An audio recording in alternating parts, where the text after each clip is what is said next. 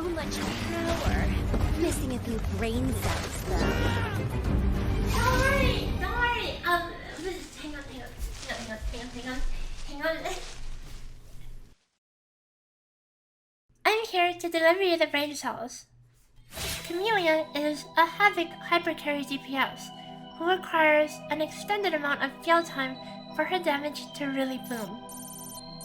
Let's break down our kit, talk about ideal weapons and builds, look at her expected DPS compared to other meta teams, example rotations, and more. After this video, maybe you shall become worthy.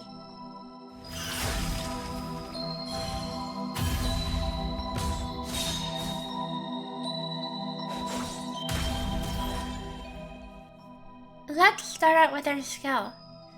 Her skill places her in a semi-immobilized state, known as Blossom mode, where her attacks are empowered. Big attacks can knock you out of this, but you can still dodge in this state. Holding the third attack in this combo is higher DPS than doing the normal 4-part combo, but leaves you vulnerable to getting knocked down. Each of these hits is eligible to parry, so there's that at least. Blossoming mode persists between swaps, including intros, though most of the time you'll want to use it after your intro. You can end it by either using the skill again or jumping out of it, though the former shares the cooldown with the base skill, preventing you from using it again for a few seconds. Camellya's kit is unnecessarily wordy for what it is, so I'll give you the TLDR. Use an intro to gain full forte. Use skills and basic attacks to consume forte, which grants concerto energy and increased resonance energy. When concerto is full, use her forte, which replaces her skill. This consumes 70 concerto to enter budding mode, which gives a massive 50% multiplier on most attacks, further increased by up to another 50% based on how much forte was consumed earlier. This refills the forte bar and ends either when it's depleted or when you swap off Camellya. Furthermore, you gain no resonance energy during this empowered mode. Most of Camellya's damage counts as basic attack damage, and her inherent skills are just statistics that don't really change gameplay. And that's about it for her kit. It sounds simple, right? That's because it is. Because of her budding mode being lost on swapping out, there's not much room for quick swaps or anything fancy. You can't even swap out of her spinning hold attack, as it ends instantly upon swapping. Especially because she is primarily a basic attack damage dealer, she pairs excellently with Sanhua, whose outro buff also goes away on swap. We'll cover the specifics of the rotation more in a later section. There's much to discuss in the build section, so let's go to that next.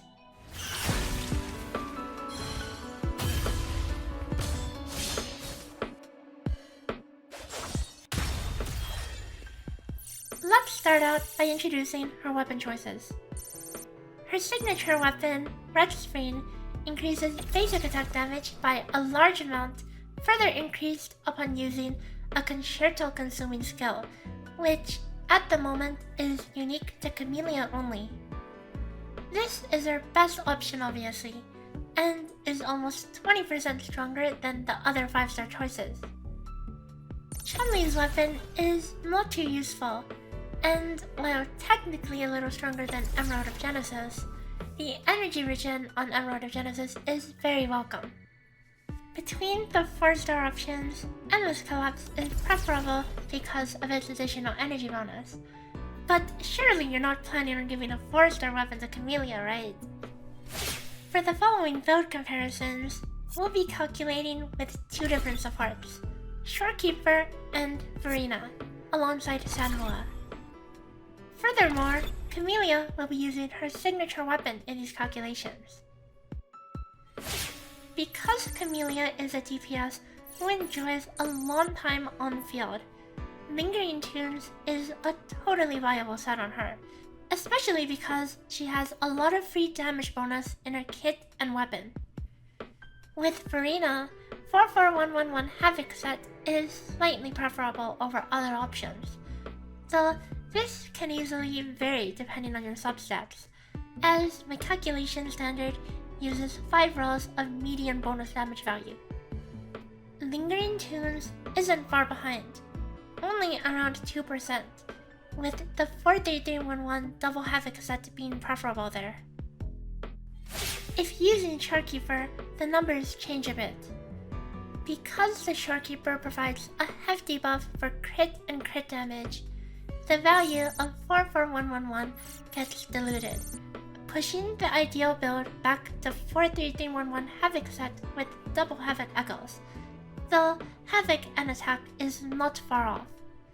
Lingering Tunes is a bit behind, but still well within the realm of viability. For echo subsets, crit as always has the highest value. Attack percent is preferred over normal percent, with flat attack being the next priority. Camellya has the highest base attack in the game, so flat attack falls a bit flat here, I guess. Skill leveling order is a bit unintuitive. The best thing to level first is her skills, because all the scalings on her aerial basic attacks increase with it. Next would be her forte, followed closely by her liberation, intro, and finally basic attack.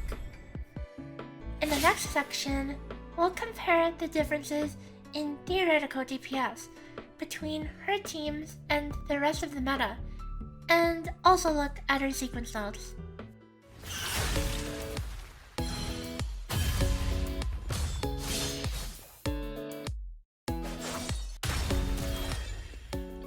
First off, let's look at the DPS comparisons between various Camellya teams. Of course, Shorekeeper, along with her signature weapon, offer a decent boost over the Verina team, roughly 10%, which is the same increase Shorekeeper offers over Verina in other teams. Jiyan is also an acceptable substitute for Senhua, though her Havoc Amplify effect is a good amount weaker than Senhua's basic Amplify, which applies to most of Camellya's damage anyway. Now, how does she stack up compared to other teams? When paired with Shorekeeper, she actually does a bit better than the Encore Senhua Shorekeeper team in longer fights, due to Shorekeeper's cooldown not lining up properly with the Encore Senhua dynamic. Compared to Havoc Rover and Jiyan, she is a sizable upgrade as a hypercarry for that comp. What about her sequence nodes? Her S1 offers just a small increase, and her first major sequence is her S2, which grants a large damage increase by over doubling the nuke from her forte. Her S3 offers another sizable increase, mainly via a large attack buff post-forte, though her S4 is very mediocre in being a team basic attack bonus, which mainly benefits herself only. Her S5 is also very mid, but her S6 is where things get crazy. She gets a unique skill cast that essentially is a second forte cast that does the same damage but only grants a half a forte bar. But this extends her burst rotation, while also dramatically increasing the multiplier of it. While this is a 67% relative increase to her personal damage from S5 to S6, remember that this changes the rotation to give her more field time, so it might be more accurate to look at the team DPS difference, which increases by just under 50%. In the next section, we'll talk about an example rotation.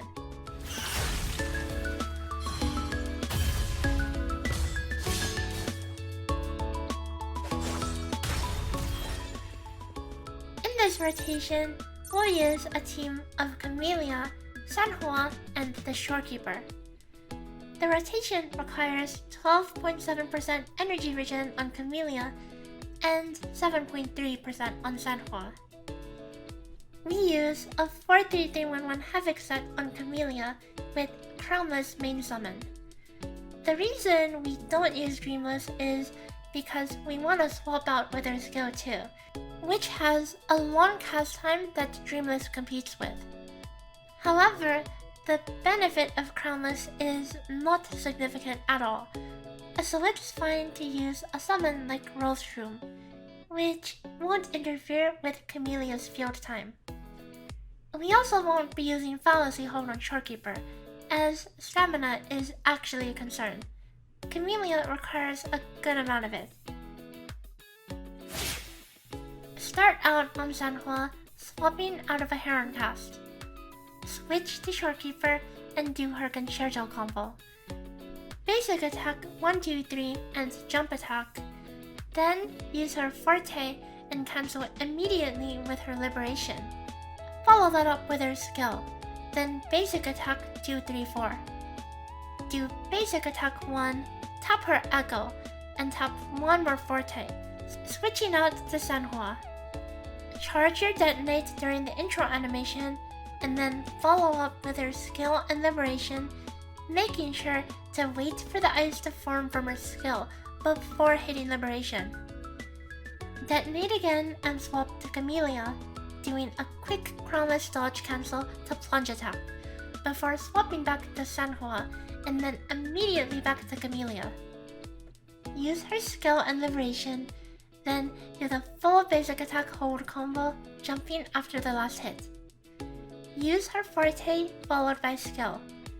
Do another full basic attack hold combo, then finish with skill 2, where you outro to Shorekeeper, repeating from there.